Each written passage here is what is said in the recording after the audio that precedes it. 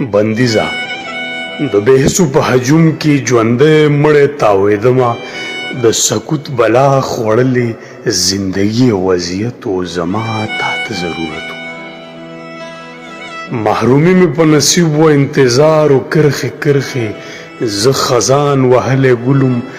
ملاقاتم په اجرتو څه ناجاڼه محبت و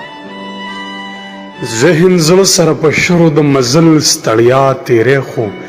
ما لمن د هیلې پرېښوه د ارمان په کور قیامتو ما بایللی خپل همتو په دریاب د بېحسۍ کې ډوبېدم ور روانم هر نظر شکمن شکمنو په لهجو کې ډېر لذت و ښه سوچه منافقت و بدګمانه نظرونه د سوالونو ډکې سترګې د حالاتو له زنځیره یو چا کړی بغاوت و د وختونو مصلحت و د بېحسو په هجوم کې ژوندی مړی تاوېدمه